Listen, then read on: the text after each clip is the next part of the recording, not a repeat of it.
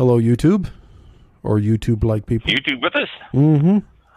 And hello, YouTube. Another minute. Facebook will, I guess, will catch up. Let me run the video here. Oh, it is running. Okay. Oh. So that's running. Yeah, my tablet just dinged every time you hook up to. Oh, really? Yeah, it dings. Interesting. Okay. Yeah. Yeah, I can always tell because it dings me once. Are you watching it in the background or something? Like, no, I'm not. Oh. It just what do I do? It just dings me once every time for some reason. I don't know why, but it always 1 minute until showtime. Yeah, I'm 10 seconds off. Always. Yeah, me too. Really? Yeah, always. And we're in chat. So, hello, Facebook. Welcome. We're just getting ready to start the show here. I better stop the animated thing here. All about wine. All right. Let's stop that. Yeah. Otherwise, it'll keep looping. Yeah. Yeah, it hooks you up here, and it's on here. Oh, okay, good. You're on Facebook anyway, so I can see you. All right, let me put that away. 15 I don't seconds. want any echoes or whatever happens whenever you have two things open at 10 the same seconds. time. Yeah. Your show will go live. Not yet. Your show will go live in 5 seconds. Wow. 4, 3, 2, 1. Boop. 7 seconds. Blog Talk Radio. I guess I need to play this then.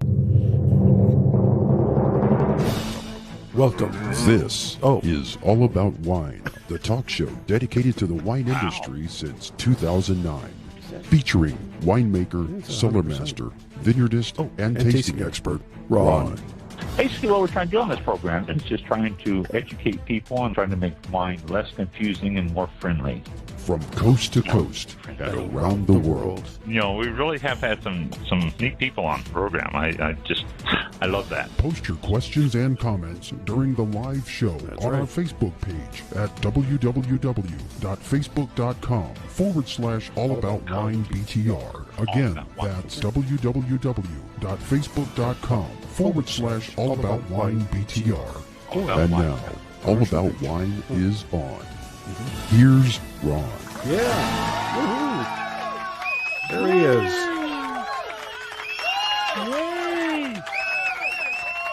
I think that's the same crowd we had last time. It sounded similar. I think so. Yeah, it sounds like it. Yeah, it sounds like. Yeah. We'll have to check. And see Maybe they just hung out, took a room. They enjoyed it so much, took a room. We give them nice wine, and they took a room, stayed the week, and visited some of the Florida attractions, and well, good for them. Came back in for a Thanks, people, for hanging out. I appreciate it. If you're another episode of All About Wine, live. It's Thursday.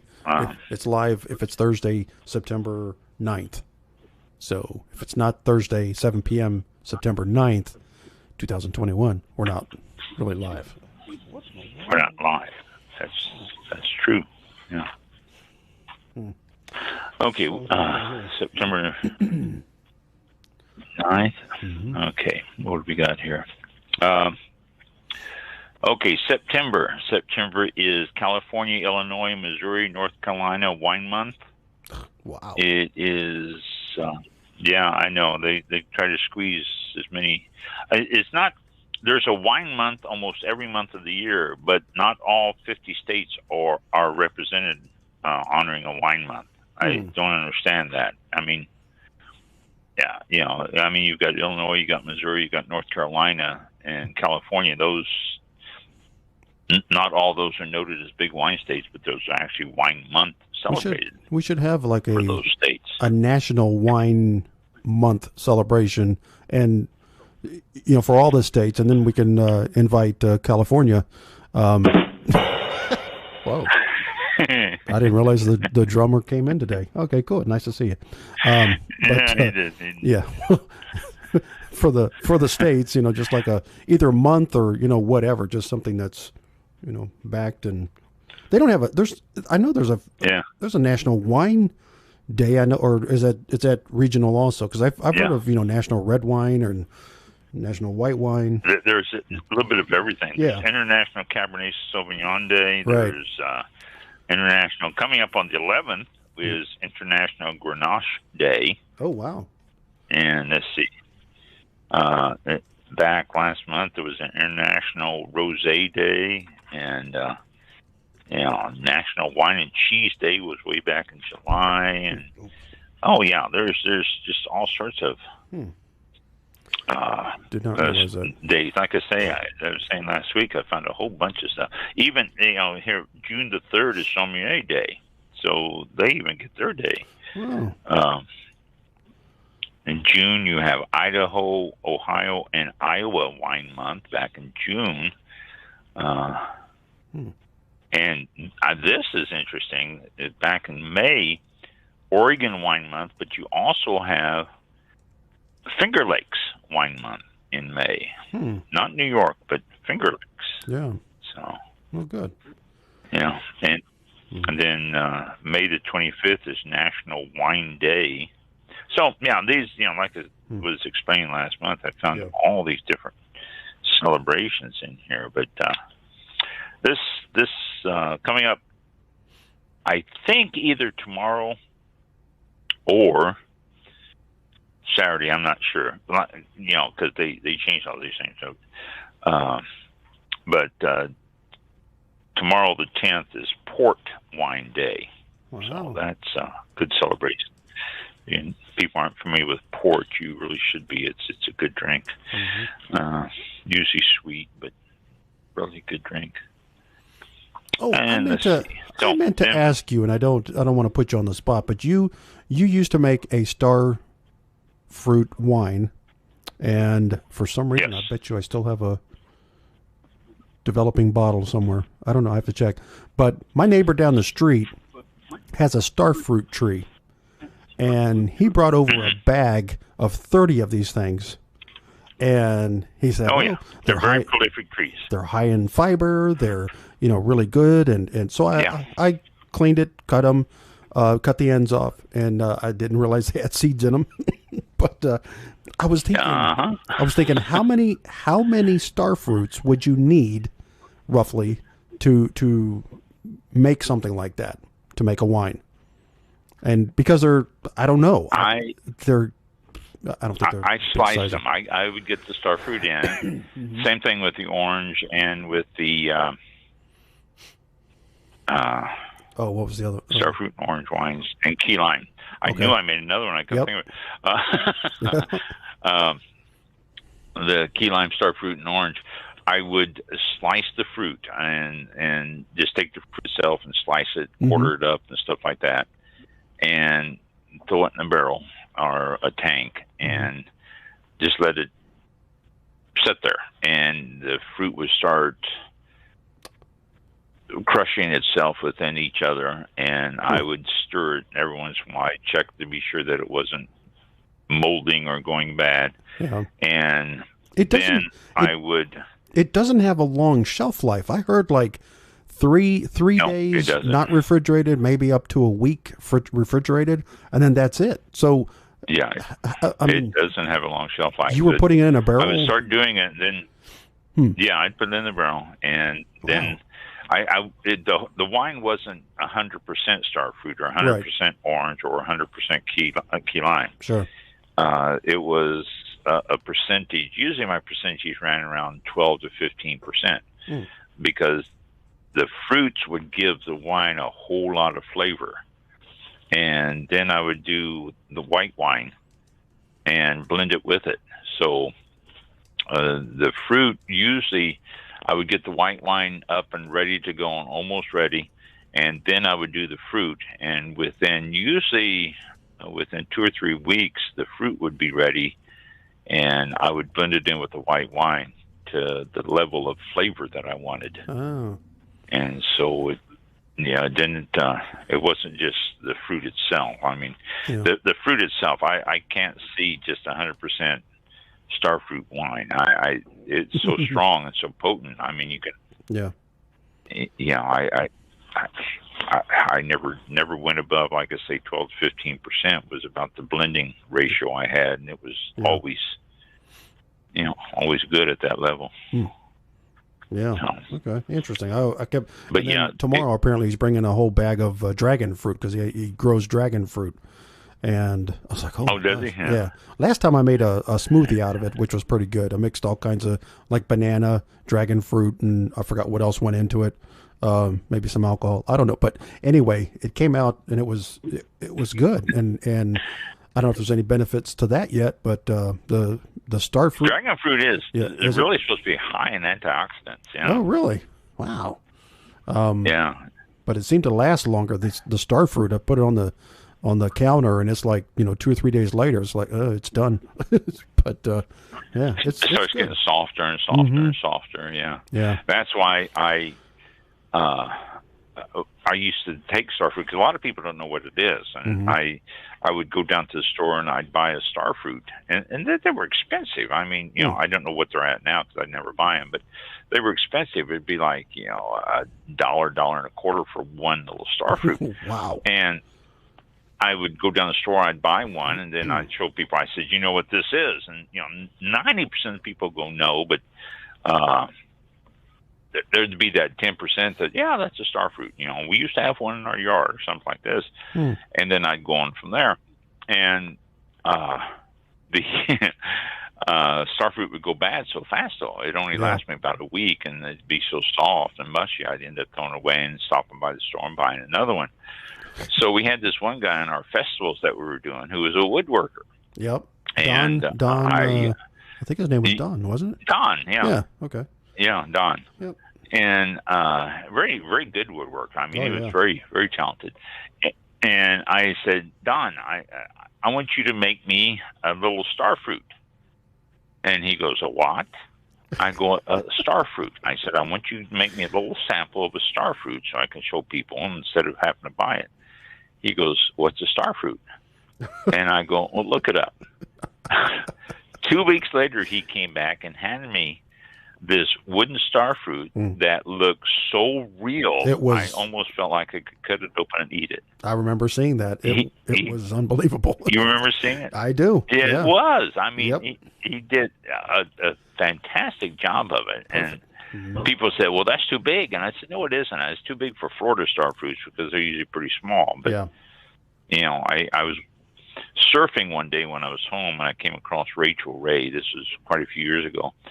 And she said, and to add a little bit of spice to your salads, cut in some star fruit. And she reached down below the counter and pulled up this star fruit that was the size of a football. I mean, it was enormous. And so, I know. Wow. Probably growing on her Rachel Ray star fruit farm somewhere, But it was enormous. Wow. I didn't know they got that big.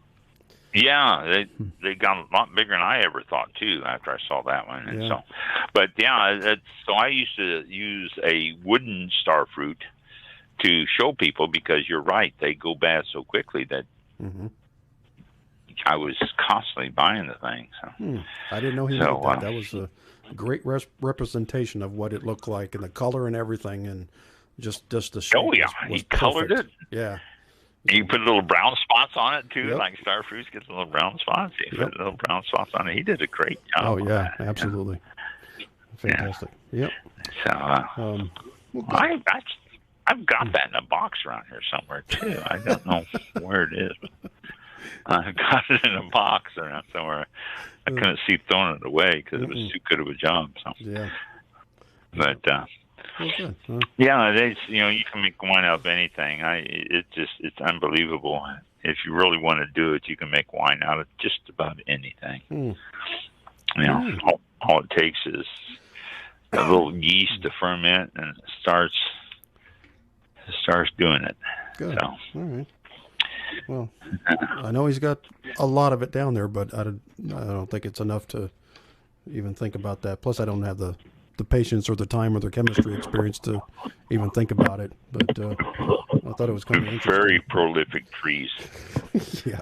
The starfruit trees, very prolific trees. I mean, there's people who have starfruit trees in your neighborhood are going around giving everybody bushel baskets full of starfruit. Okay. Here for you, you know. I mean, it's just like they're very prolific. Yeah. And a lot of people, this is another problem with Florida starfruit. A lot of people cut down the trees after a few years because there's so much starfruit and it drops to the ground and it gets soft, and so squirrels and birds and all rats and all sorts of small rodents come in and start eating it, which in turn attracts snakes, because the snakes know that all these things are going to be eating this fruit here, so the snakes come in and eat the rats and the squirrels and stuff like that. Wow.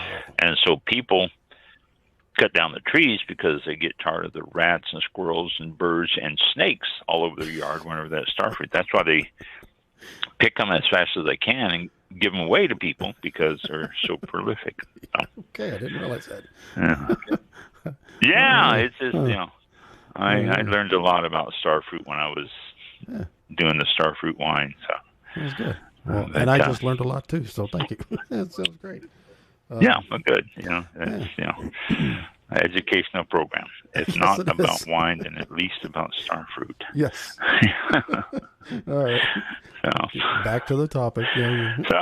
But it kind of worked into the same topic. I mean, it's a starfruit wine, starfruit, that's right. and it's everything wine. about that, and some of the process there. Yeah. So, still on topic. Yeah. It's all. It's all. Actually, we can talk about any fruit and work it into wine, because you can make wine out of just about anything. So. Yeah, it's amazing. All right, so I've got some things to tell you today. A few odds and ends here. I want to revisit. Before the show's over, too, I want Mike to pop in and tell about some of our past guests and some of the books and all that they offer. But we'll do that later. I got the latest issue of Wine Spectator in today, and I want to go through this quickly here about the Grand Tour winespectator.com. Grand Tour winespectator.com is the web address, and it's tastes exceptional wines rated at 90 plus points. There are 3 places, over 200 wineries, and every one of them is rated at over 90 points. So every one of the wines they have, all sorts of countries. You've got Argentina, Australia, Chile, France, Germany, Greece, Hungary, Israel, Italy, New Zealand, Portugal, South Africa, Spain, Uruguay, and California, Oregon, Virginia, and Washington State from the United States. So a lot of representation, a lot of wines in there too. Las Vegas on Saturday, December the 4th of this year. You can, again, go to purchase tickets and learn more about the whole thing at grandtour.spectator.com. But the first one's in Las Vegas. Then they have one in Washington, D.C. on Friday, December the 10th. And then they ended back in Chicago on Wednesday, December the 15th. I'm surprised they're doing this on a weeknight, not a Friday or Saturday, but back in Chicago on Wednesday, December the 15th of this year. So tickets are on sale now. You can go again, grandtourwinespectator.com. They don't list the prices here. I don't know. They're expensive. You can get what they call the VIP ticket, which gets you in a half hour or so earlier, or you can just do the regular tour and all that. But it's all cool. St. Michel Wine Estates has been sold. I told you that previously, that they were up for sale. They are sold. Sycamore Partners has bought them. Chateau St. Michel also has the brand 14 Hands. You may have seen that. Very good wines. Chateau St. Michel's always done excellent wines. I mean, they have for years. I have drank their wines for a long time. But the company that bought them, Sycamore Partners. Now, Sycamore Partners is a investment group, if you will. They have holdings and brands including Staples, Express, Loft, Ann Taylor, Commerce Hub, and Lane Bryant, and the Limited. So, they're quite diversified as far as a holding company. Now they can add Chateau Ste. Michelle to their portfolio. Chateau Ste. Michelle sells 7.3 million cases a year. That's 60% of all Washington wine sales by volume. Wow. 2020 sales top $614 million. They are the 8th largest U.S. wine company by sales in the country. Farms nearly 30,000 acres of vines in Washington, Oregon, and California. So they are enormous, obviously. Sycamore Partners holds more than $10 billion in capital. They were founded in 2011 by Stefan Kalinski and Peter Morrow. And they made their reputation by turning around Talbots and Zales when they were both failing the jewelry stores. They got those and brought them back to life. And then they says that they own more than 25 brands. And I just told you some of them. Nine West is another one that's included in that list. And the Limited, and they are quite diversified. So Chateau Ste. Michelle is not going to change. They said they bought into it and they just want to add them to their investment portfolio. And that's all. They're not looking at changing them or doing anything other than just having them part of the Sycamore Group. Okay. Oregon and Washington are facing record heat. Salem, Oregon, on 6/29. This is we're already 9, but this was obviously a month and a half ago. But Salem, Oregon, hit 117 degrees Fahrenheit. Walla Walla, Washington, hit 116 degrees Fahrenheit on the same day. The day before, on the 6/28, Portland hit 116 degrees Fahrenheit, and Seattle on the 28th hit 108 degrees Fahrenheit. They have never seen this level of heat before in that area. They said it is just unbelievable. But the vineyards are surviving. They are watering them. They're able to pump water onto them to keep them alive. They were getting enough rain. The west is parched, but up there in the northwest, they're still getting some of the rain storms coming in, and it's keeping it wet enough that it did not affect the grapes this year. Excuse me. The only concern is that this may continue, and if it continues, then it's going to create a major problem for the growing areas up there. Wine Spectator's New York Wine Experience. This is a 40-year anniversary. They do this every year. This is a cool thing. They have all sorts of participating wineries. The Critics' Choice Grand Tasting is Thursday, October 21st, and Friday, October 22nd. And just more wineries than I can name them all, but there's no reason to. But there's a lot of big names here, names that you've heard, that you've tasted, that you have, and all that. It is also includes the top 10 wines of 2020. And the top 3 of 2019 are going to be part of the tasting. They have wine stars are going to be there, famous vintners and winemaking celebrities. They are going to have a tribute to Ernest Gallo, who has passed away not too long ago. I'm trying to think how long ago. I can't remember. They are going to have chefs. Emerald is going to be there.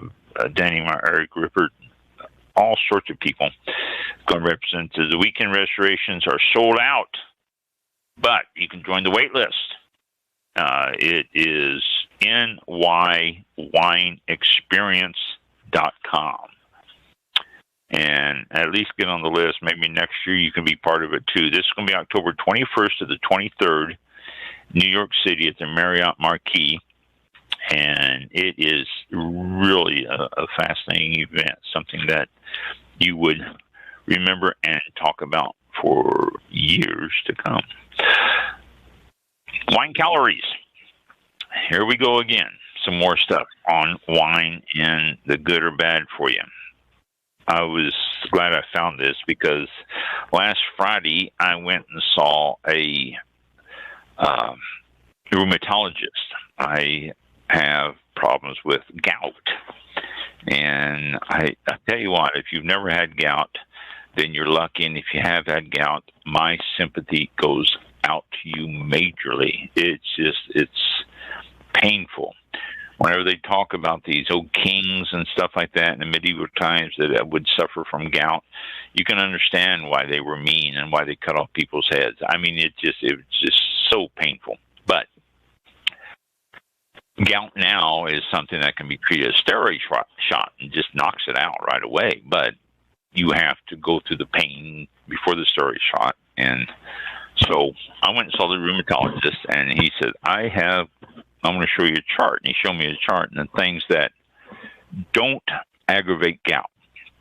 Dairy products, surprisingly, does not aggravate gout. He said you can drink as much milk or eat as much cheese or cottage cheese or yogurt or whatever you want, dairy products, and it will not affect your gout at all. He said what will affect your gout more than anything is beer. Beer, he said, one serving of beer causes the percentage to increase this amount. Then he showed me a chart, and he said 2 servings and 3 servings of beer, you're going to get an attack because it's that high in gout potential. Hard liquor was almost as bad as beer, but not quite. It would jump up, and it will cause problems. But wine, on the other hand, doesn't affect it. Very, very little movement on the chart on drinking wine. And even the more you drink, it tends to have less of an effect on the gout. You have one drink, and it'll jump up a little bit, but then by the time you have 3 drinks, it's dropping below the effective level. So wine is, and he told me that, and I was ecstatic. I figured, wow, this is worth a visit to the rheumatologist by itself, just to know that I can drink wine is going to help stop the gout a little bit. But I found out. But then I saw this article too. Wine calories may pull their own weight. It says a glass of wine contains about 125 calories. But, excuse me, but the calories may be counteracted as wine's polyphenols help burn them. No, that's a great thing. So you can have wine, and the polyphenols in a wine, one glass of wine is approximately 125 calories, but people are not considering that the wine may be counteracted by the polyphenol content. So one of the mechanisms that this works is it helps support weight loss in thermogenesis, or the thermogenic effect, a metabolic process during which humans burn calories in order to generate heat. And it's as we drink wine during meals, we observe that when you drink red wine in moderation during meals, you're not adding more weight or abdominal fat. Polyphenol compounds seem to be responsible for this weight control health effect. They have also been shown to improve microbiota and increase thermogenesis. So, there you go. Have yourself wine with your meal. It's not going to cause a problem, and it's not going to cause weight gain or anything. Again, everything in moderation, so always keep that in mind. But it's says the researchers found that moderate red wine intake was associated with a decreased prevalence of metabolic syndrome, a group of conditions that also increase the risk of heart attack, stroke, and diabetes. And so mainly by reducing the odds of having an abnormal waist circumference, high blood pressure, and high cholesterol. So it will help fight all that stuff. So enjoy your glass of red wine with your meal. It is definitely there, and it's definitely going to help you, and it's definitely going to taste good. Okay, now I had something here. Let me find it. Oh, here it is. Big Smoke. I don't know if you're out there, if any of you are cigar smokers, but I belong to I belong to a discussion group. One of our guests we had on the show was into cigars and all that. Let's see, what is his website? I can't think of it right now. Boy, I'm terrible about that stuff. I think it was, let me check and make sure before I... XYZ, ABC, what?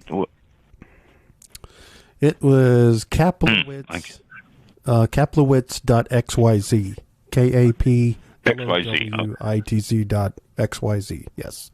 And he has all his shows on there. Okay. Yeah. Has all these shows on there, and I'm part of the discussion group. We discuss a little bit of everything. There's quite a diversified group on there, but cigars seems to be one of our topics we discuss quite often. And so if you're interested in cigars, check that out, Kaplowitz, XYZ.xyz. But Cigar Aficionado's Big Smoke Las Vegas weekend at the Mirage. It's November the 5th and 6th, 2021. Tickets are going fast, so you need to get them pretty fast. The seminar ticket packages is sold out, but the Big Smoke evening tickets are selling. You need to get that. Big Smoke is back, safe and fun-filled. So it's a safe event. They promote safety. In fact, all these events promote safety because of the COVID. The Big Smoke evening consists of 2 unforgettable nights of cigars, food, drinks, and more. You can collect premium cigars from some of the best cigar makers in the world, and Cigar Aficionado tote bag included with every ticket. And the seminars are sold out, so I won't read you about that. But the Big Smoke evenings sounds like a great event in itself. So if you are a cigar smoker, go to Las Vegas BigSmoke.com. Just all one thing, Las Vegas BigSmoke.com. And you can get your tickets for that. November 5th and 6th, and both nights they have the Big Smoke evening event, so you can check that out. And let's see, there was one other thing I wanted to tell you that was in here, and let me see if I can find it quickly, because if I can't, I'm not going to spend a lot of time searching.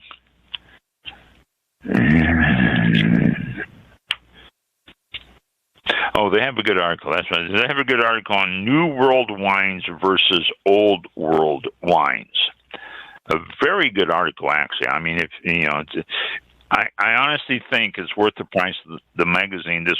This issue of the magazine alone, just for this one article. Wine Spectator. It doesn't.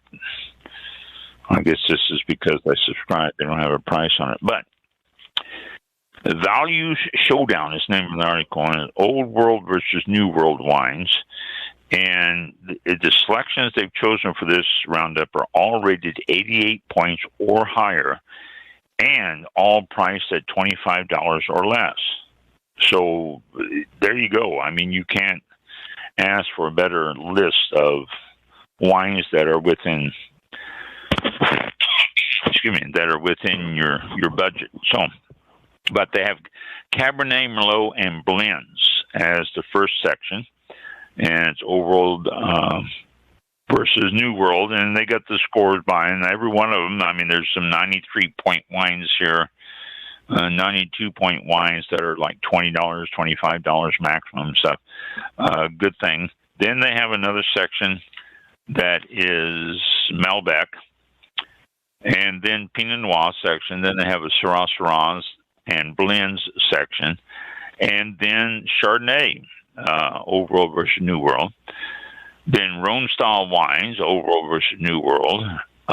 Then Riesling and Sauvignon Blanc. Pretty big section of Sauvignon Blanc. Very, very good.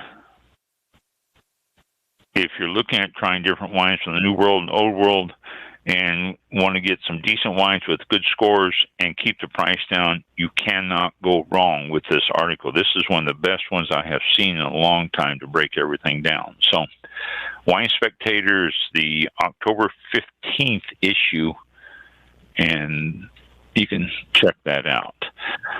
Okay, let me get here. If I can get this my cursor to work. There we go. Okay, this is Tassel Ridge Winery, Iowa. Tassel Ridge Winery is located in Layton, Iowa. They are southeast of Des Moines, and phone number is not here, so I can't give you the phone number. But you can go to the website. It is info@tasselridge.com, TASSELRIDGE.com. They have recipes. They have all sorts of stuff here. I don't know. Are they open? Masks are required in the winery. Food tasting, wine by the glass, and food service not available yet. But you can still go to the winery. To-go package purchases are available, and prepackaged jellies, dipping oil, sauces, cheese for off-premise consumption, all that's available. And so, Tassel Ridge Winery, always good. Lot of Midwest grapes, and they're using some of the ones that will grow there, Edelweiss and some Norton and different ones from that part of the country, which you normally don't find in the West Coast and stuff like that. So their harvesting is being done now, and probably will be for another couple of weeks yet, maybe up into October. I don't know what their schedule is on that. But Tassel Ridge Winery, you can check them out the next opportunity you get if you're in that part of the country. Ron Rubin Winery, I get a e-letter from them. It's a very good e-letter. They're always telling us what's going on in the vineyard and what's happening. And they're in the middle of the crush now, harvest and crush, and they got a nice little video held telling about it. You can go to ronrubinwinery.com and see their e-letter there. It's it's informative, and it's written by the winemaker himself. He does all the write-ups on this, and he shows the grapes, and he talks about the weather and everything throughout the year.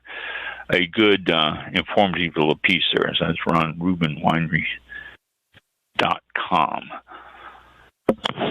Excuse me, my throat's getting scratchy here. Okay. Let's see. Not that.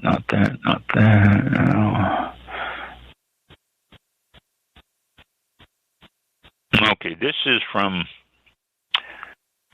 Wine Folly. the question is asked: is this France's greatest wine growing region, the Pinot Noir and Chardonnay region, and Burgundy? And it talks about that, and the Chablis and Burgundy regions.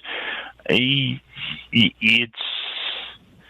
no definitive answer. It's just a matter of taste on this. And that's after I read this whole article and all that, I'm going, well, okay, it really boils down to, is this the best one out of France? Maybe, maybe not. So I just wanted to, I saw that and just wanted to point that out, that it probably is noted as one of the better ones. The Beaujolais wines and stuff like that are really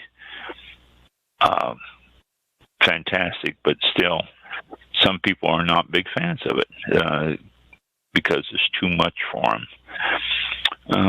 No, this is not spam. Okay. And let's see. Where is that other one? Another winery that I was going to talk about. And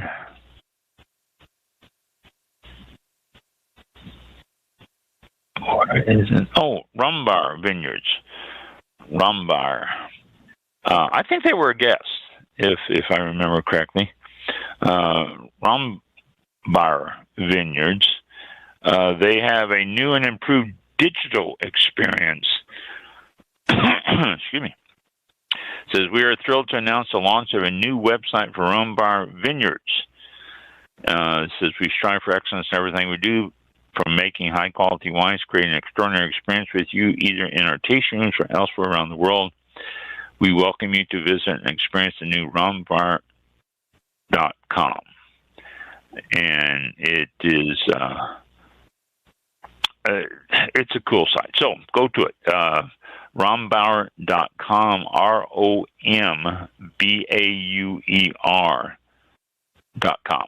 Simple as that. And check out their new site. And they got videos and new clubs and stuff like that. They are located in California, Napa Valley, and the Sierra foothills up north a little bit more. Actual tasting is in St. Helena and Napa. So check it out, though, Rumbar.com. And let's see. Emery Winery, I had them saved. It's not here. Emery Winery is having all sorts of stuff going on at the end of the year here, or end of the season. They're doing fall stuff coming up, as is a lot of the wineries. So if you're into some of the fall stuff, contact your local wineries and see if they're having any fall events or anything like that going on. Okay, let's see. I thought I had something else around here. I guess not.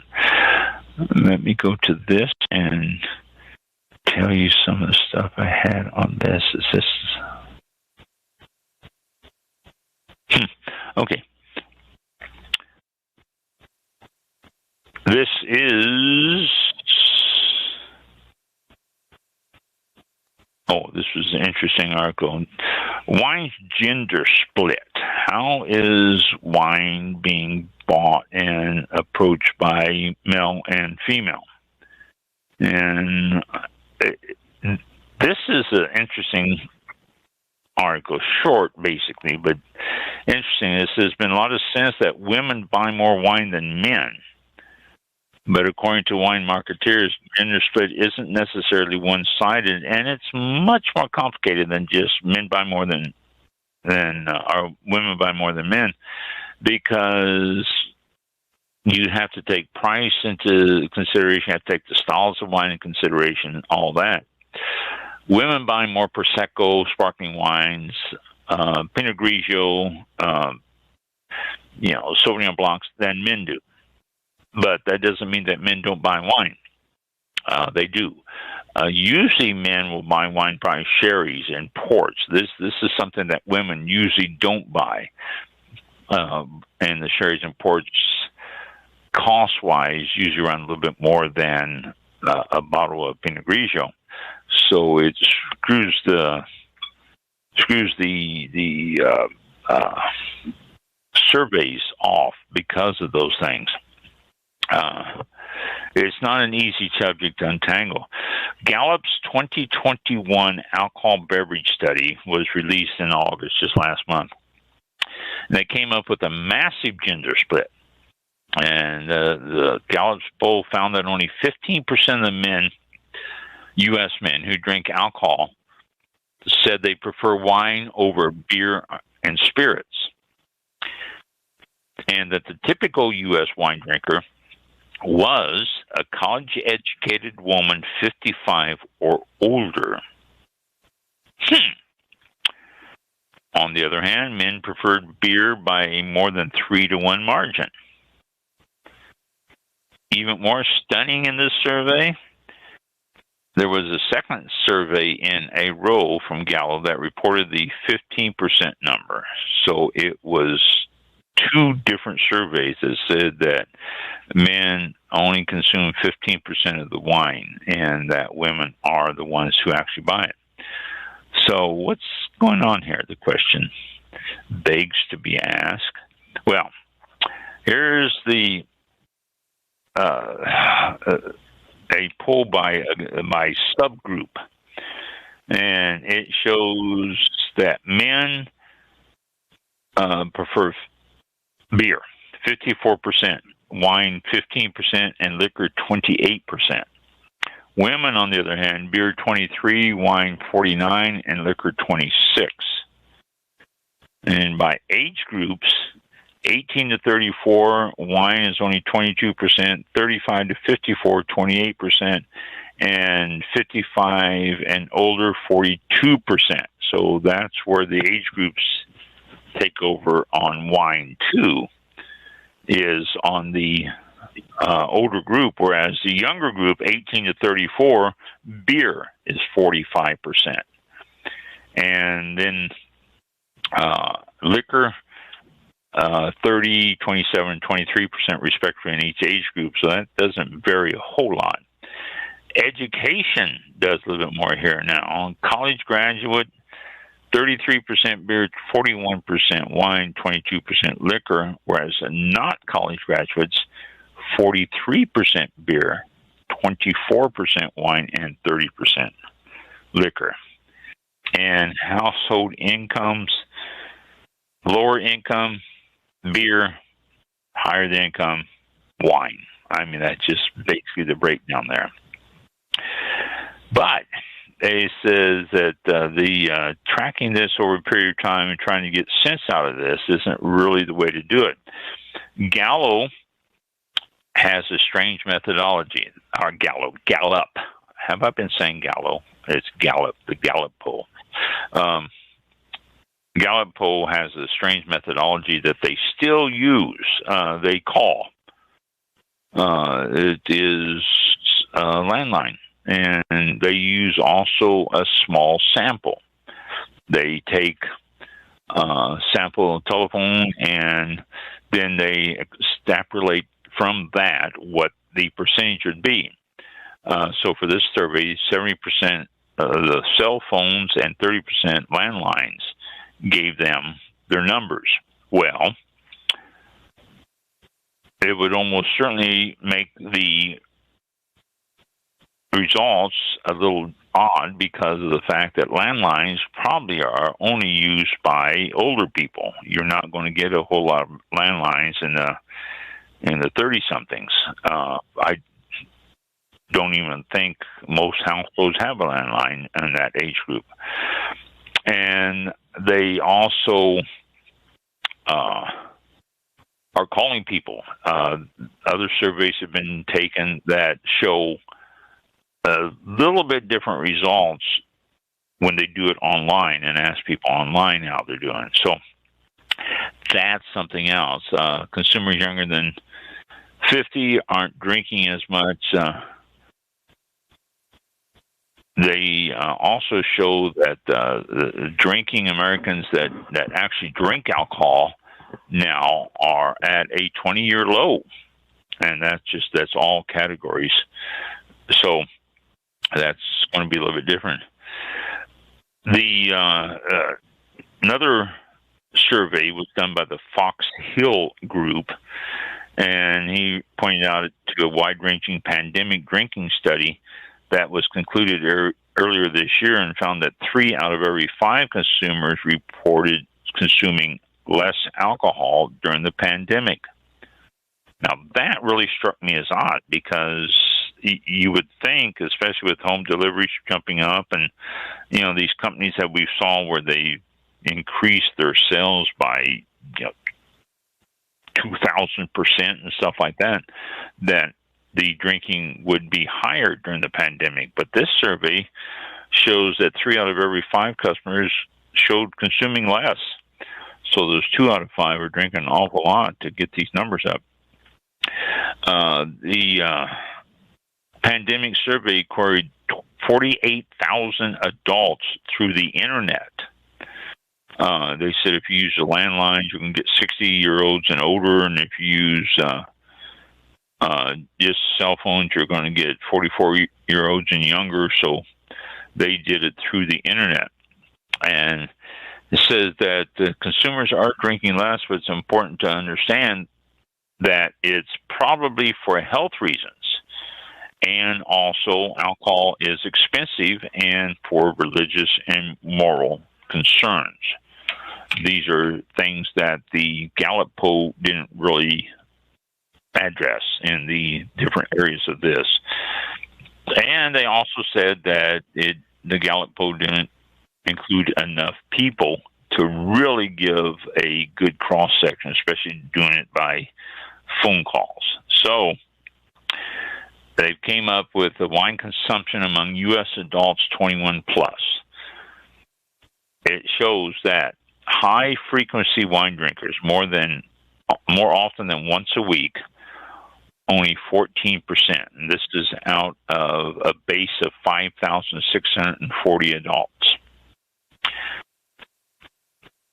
14% high frequency.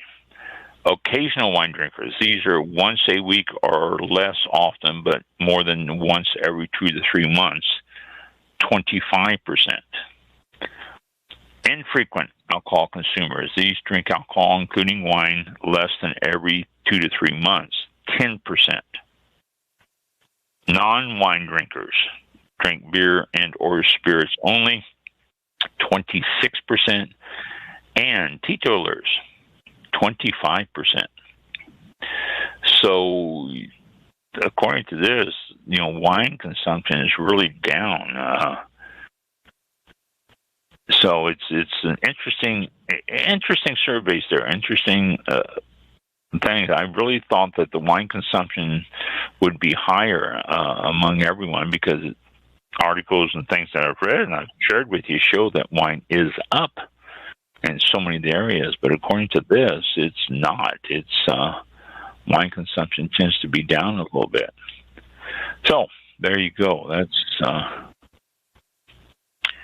interesting thing about the wine consumption during this pandemic. There is a winery that closed down, and they usually don't. Wineries are usually sold or passed down through generations or stuff like that, especially in California. But all around the world, you don't see wineries closing a whole lot. I closed Florida State's winery because, well, basically one main reason. I don't think anyone would continue caring about it as much as I did and continue the same quality I did. And that's really why it wasn't passed on and continued to stay open. I had to retire. The doctor told me my diabetes, because of Agent Orange in Vietnam, my diabetes was causing my body to do all sorts of weird stuff, and she highly suggested, almost demanded, that I close and retire. So I did. But I didn't pass it on to anyone because there was no one to pass on to, and I didn't sell it again because I didn't think the quality could... People, I don't think, would have taken the same pride in it as I did. So I closed it. Well, here's another one that closed. Dirty and Rowdy. family wines. They closed also. 11 years in business. They announced that they were dissolving. No changing hands, no transfers, just closed. And the reason is because the two owners decided that it was the best way to do it. Hardy Wallace, who goes by the nickname Dirty, and then Matt Richardson, who is known as Rowdy, said that they were just going to close it. It couldn't be Dirty and Rowdy without either a Dirty or a Rowdy. So they went out of it. Now, one of them, and let me see if I can see it here in the article. Wallace, Hardy Wallace said that he is going to open up another winery, completely different name, everything else, and start another winery. The thing is with wineries now, and this is why it's so much easier to close a lot of wineries, is because they don't have a bunch of vineyards and a bunch of money invested in the vineyards and stuff, and trying to find a buyer and trying to find something. They just had a taste room. They were purchasing grapes from other growers around Napa, and so it was pretty easy for them to just close the door. They also had a very, very big customers' email list and different wine club members and stuff. And so that was how they sold a lot of their wines, too, through that. So they closed. And so if you're familiar with Dirty and Rowdy family wines, I had one a couple years. Oh, geez, when was it? About 3 years ago, I guess it was. I had an opportunity to have a Dirty and Rowdy wine. It was good. It was very good. It was a Pinot Noir, I want to say. I believe it was. Pinot Noir or Merlot, I can't remember right offhand now. But they did an excellent job on their wines, but they're closing down. So, but like I say, they're going to be opening another one. Okay, in the Midwest, sweet wines are big business, and they're majorly misunderstood. I'm going to be talking a lot more about sweet wines in Midwest because Missouri is trying to grow their wine industry, and because they're trying to grow their wine industry, they are in the center of that sweet wine, the muscadine style wines there. And so this article actually says that it's people know sweet wines, but they just got this thing about sweet wines in the Midwest. They just talk bad about them, and there's no reason to. They said there's some great sweet wines out there, Muscat. In fact, my granddaughter posted a picture of a wine that she got, and she goes, "Oh, I love this wine. It's a Muscat apple something, Muscat apple something. I can't remember what it is, but she said her boyfriend got it for her, and she goes, "Oh, he loves me. Look what he bought me." And I said, "I'm going to have to sit that boy down and talk to him about wines." I mean, and she said, "But I love this wine," and that's the key to it right there. There's so many people who love those. This article here is talking about blueberry Moscato. I've seen strawberry. I've seen all sorts of different ones. Sweet reds, red blends, sweet red blends. These all are out there, and they really are a lot more popular than what we realize because people have a sweet tooth, and that's really what it boils down to.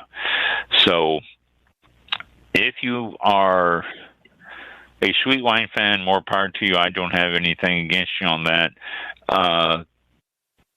The sweet wines made from the Moscato grape, I'm not a fan, but I enjoy a good sweet wine myself. Moscato, a nice Moscato Gewürztraminer, some of these sweeter wines. Salt Terns are one of the most expensive wines in the world. You got ice wines that are very expensive, and those are very, very sweet. So we're looking at more and more sweet wines coming out because of the acceptance, I think, of the sweet wine. So there you go.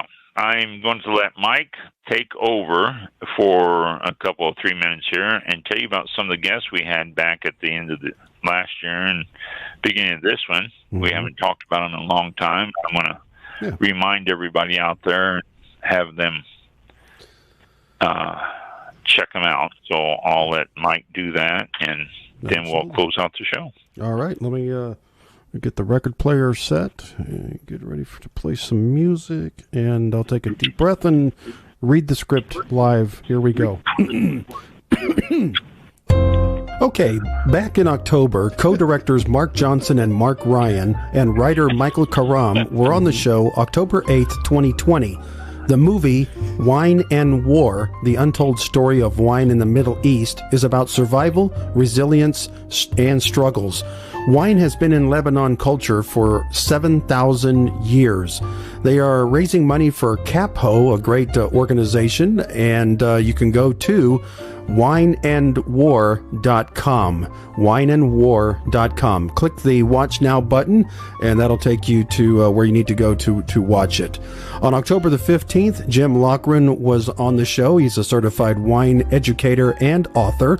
You can visit jimloughran.com. That's Jim, LAUGHREN.com. And he has two quick books right now out called The 15-Minute Guide to Red Wine, which is only 28 pages of good reading, and 15-Minute Guide to White Wine, which is another quick read and a handy reference to have as well. Check that out on Amazon. On October 29th, we welcomed Joy Neighbors to our Halloween special. She is the author of the Family Tree Cemetery Field Guide, How to Find, Record, and Preserve Your Ancestors' Graves, including topics to plan your trip to the cemetery, research, make sense of your research, and digging deeper into other records or preserving cemeteries. It's available at Barnes & Nobles, Amazon, and other outlets. On November 19th, we welcomed Michael Brown, author of Pinot Rocks, and he's also a winemaker. The book is available on Amazon.com. Pinot Rocks is available in any format, and the audio format is great because William Shatner did the audiobook version of his book. That's right, Captain Kirk. On January 14th, we had a great conversation with Cap Kaplowitz, a podcaster and blogger of cigars, spirits, coffee, and wine, and All About Wine's own show host, Ron, is also the wine panelist on the show. For more information, visit kaplowitz.xyz. That's KAPLOWITZ.xyz.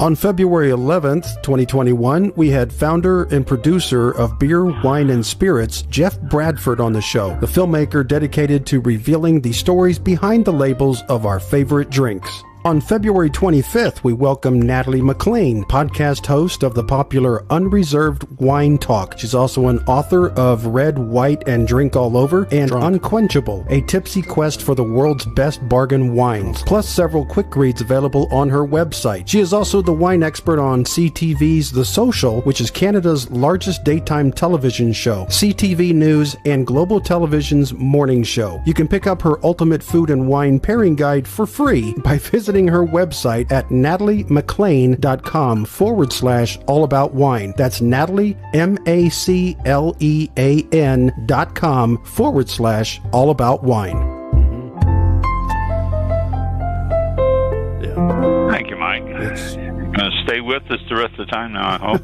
Yes, I've reset my stupid phone.